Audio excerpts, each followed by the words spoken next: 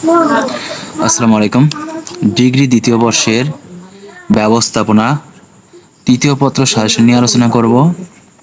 এখানে হচ্ছে খ এবং গ বিভাগের সাজেশন দিয়ে আছে। তোমরা ক বিভাগের জন্য প্রতিটা বোর্ডগুলো পড়বে। সেই বোর্ডগুলো পড়লে পরেই সেখান থেকে অবশ্যই তোমরা 100% কমন পাবে। এক্ষেত্রে খ এবং গ বিভাগের সাজেশনগুলো এখানে দেওয়া আছে। 1 নম্বরে দেখো,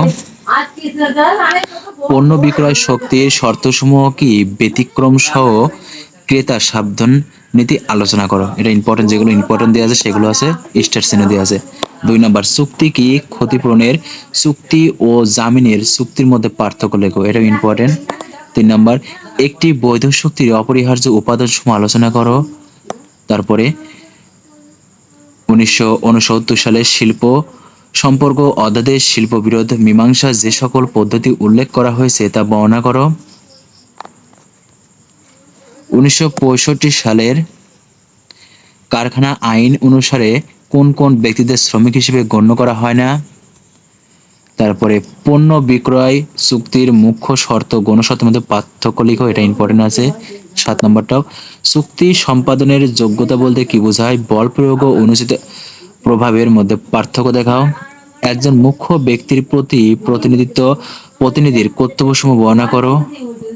ঘটনা সাপেক্ষ চুক্তি বলতে কি বোঝায়, বাদী চুক্তি ও বীমা চুক্তির মধ্যে পার্থক্য।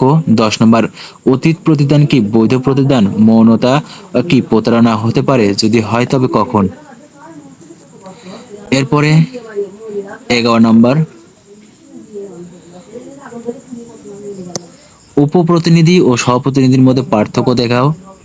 মুখ্য শর্ত গণ শর্ত কি, পণ্য বিক্রয় চুক্তির অপরিহার্য উপাদান সমালোচনা, এটা 100% আসার মতো। গচ্ছিত প্রদান কাকে বলে, গচ্ছিত প্রদানের প্রকারভেদ আলোচনা করো।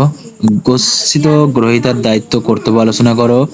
15 নম্বর, বিক্রয় ও বিক্রয় সম্মতির মধ্যে পার্থক্য দেখাও। এরপরে গ বিভাগের দেখো, গ বিভাগে তোমাদের হচ্ছে ক এবং খ এভাবে দুইটা করে প্রশ্ন থাকে। এখানে দেখো, চুক্তি ভঙ্গ বলতে কি বোঝায়, চুক্তির জন্য ক্ষতিগ্রস্ত পক্ষে যে সমস্ত প্রতিকার রয়েছে সেগুলো আলোচনা করো। প্রতিনিধিত্ব চুক্তি কি, বিভিন্ন প্রকার প্রতিনিধি সম্পর্কে আলোচনা করো।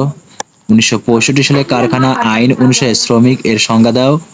1965 সালে কারখানা আইনে শ্রমিকের নিরাপত্তা সংক্রান্ত যে সকল বিধান রয়েছে সেগুলো উল্লেখ করো। 4 নম্বর, প্রস্তাব বলতে কি বুঝো, প্রস্তাব কিভাবে অর্পণ করা যায়, বৈধ প্রস্তাবের আইনগত নিয়মাবলী ব্যাখ্যা করে, এটা 100% আসার মতো।